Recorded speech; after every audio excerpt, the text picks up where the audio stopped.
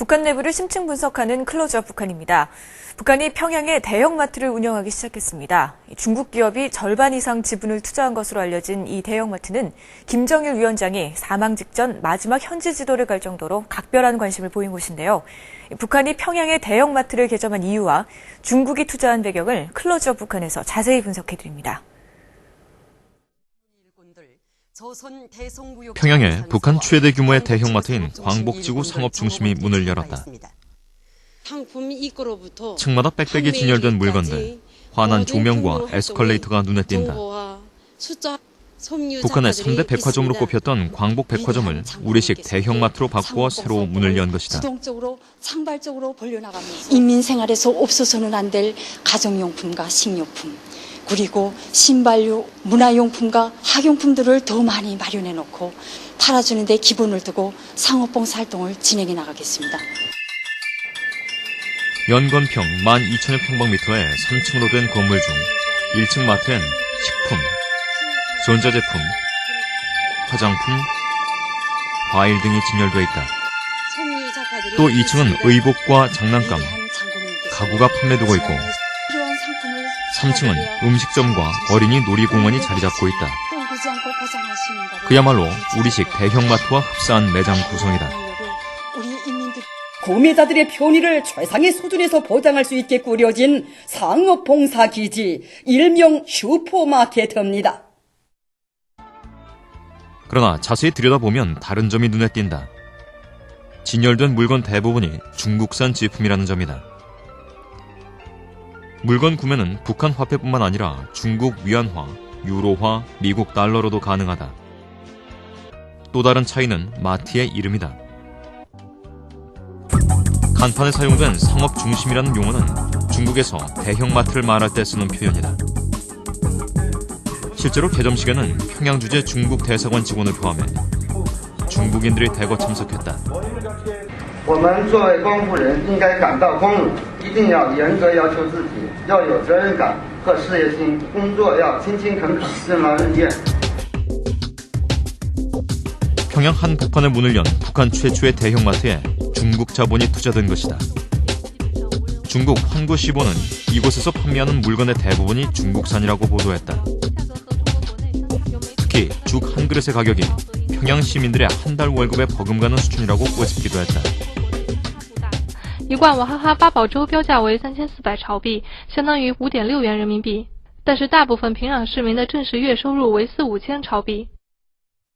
마트를 통해서 공급되는 이 제품들이 아무래도 그 중국산이지만 북한 제품에 비해 가지고는 매우 고가이고요. 그 다음에 북한에서는 구할 수 없는 그런 그 제품들이 많이 있습니다. 그래서 이런 어떤 마트를 이용할 수 있는 계층도 결국은 평양의 일부 계층에 아마 한정이 될 것으로 생각이 됩니다. 그 중에서 특히 이 단간부라든지 그 다음에 이 무역을 통해서 이 돈을 많이 버는 가족들 이런 계층들이 이용을 하는 것으로 나오고 있습니다.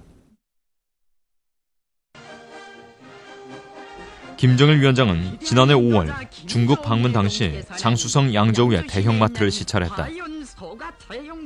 총 7차례 중국 방문 가운데 김 위원장이 대형마트를 시찰한 것은 처음 있는 일이었다. 시장을 돌아보시면서 경애하는 장군님께서는 과일과 남새, 기름을 비롯한 상품의 가짓수와 질, 경영활동 방식에 대해 여야하셨습니다. 당시 중국 대형마트를 인상 깊게 봤던 김정일이 귀국 후 직접 개점을 지시한 것으로 전해진다. 지난해 12월 김정일은 김정은을 대동하고 개점을 앞둔 광복지구 상업중심을 방문했다. 이것이 김정일의 사망 전 마지막 현지 지도였다. 광복지구 상업중심에 투자한 중국 측 지분은 60%가 넘는 것으로 알려지고 있다. 중국 측 지분이 거의 65%에 이르는 것으로 지금 알려져 있습니다. 만약 이게 사실이라면 저는 상당히 중요한 의미가 있다고 봅니다. 왜냐하면 지분이 중요한 것이 경영권을 가져가게 됩니다. 이 경영권을 가져가다 보면 아무래도 북한 측에 이제 중국 의존도가 심화될 수밖에 없고 또 이제 그런 과정에서 여러 가지 부작용이 우려되기 때문에 과거에는 북한 측이 수용하지 않았던 그런 지분 비중입니다. 중국 측의 높은 투자 지분을 감안할 때 광복지구 상업중심은 합영 방식으로 운영될 가능성이 높은 것으로 보인다. 합영은 공동투자, 공동경영 방식으로 운영해 이윤을 배분하는 구조로 중국 측이 경영에 참여한다는 것을 의미한다. 북한 측에서 대형마트를 경영하고 관리한 경험이 부족합니다. 그래서 아마 합영 방식일 가능성이 상당히 높고요. 북한은 건물, 토지, 노동력을 공급하고 아마 이제 중국 측에서는 자본과 기술, 제품을 공급하는 그런 방식입니다. 그런데 이 대형마트가 수익을 내기 위해서는 아무도 경험이 많은 그런 중국 측에서 맡을 수밖에 없을 겁니다. 그래서 형식적으로는 합영 방식일 가능성이 굉장히 높습니다. 중국이 이처럼 적극적인 투자를 한 배경에는 자국 제품을 북한으로 대량 유통시킬 수 있는 통로를 확보하기 위한 것이라는 분석이다.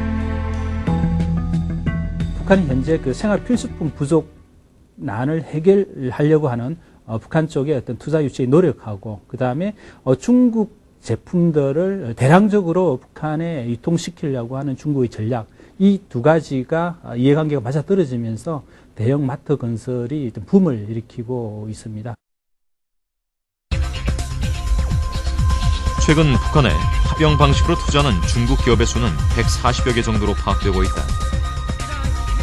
이들은 수입품을 자국 생산품으로 대체하고자 하는 북한의 정책에 따라 북한 내수 시장 확보할 수 있는 분야에 초점을 맞추고 있는 것으로 알려졌다.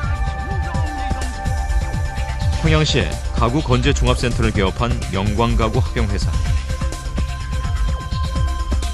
북한의 첫 자전거 공장을 설립한 평진 자전거 합영회사가 대표적인 북중 합영회사다. 중국 이외에 네덜란드, 이집트 등 여러 국가에서도 북한과의 경제 협력을 강화하고 있다. DVD 플레이어와 아리랑 DVD를 생산하는 하나전자는 북한 문화성과 네덜란드 기업이 합작해 세운 회사다. 지난해에는 평양 시내에 레스토랑과 대규모 레저 시설을 열어 사업 규모를 확장시켰다. 북한 당국도 외국 제품, 특히 중국산 제품에 대한 과다한 의존과 북한 내수시장 선점을 목적으로 하는 중국 기업의 투자 목적에 대해서 우려하고 있는 것으로 알려지고 있다. 그럼에도 불구하고 현실적으로 열악한 생산 능력과 가시적으로 주민생활 향상 효과를 보여줘야 하는 김정은 체제의 과제를 고려할 때 북한과 외국, 특히 중국 기업과의 합영 합작은 더욱 활성화될 수밖에 없다고 전문가들은 전망한다. 김정은 시대의 가장 중요한 과제가 정치 군사적 과제도 있겠지만 북한 주민들의 삶이 이전과는 나아졌다는 것을 보여주는 것이 굉장히 중요합니다. 이 과정에서 외국 자본을 유치할 수밖에 없고 특히 중국과의 합영 합작은 저는 상당히 늘어날 것으로 지금 예상을 하고 있습니다.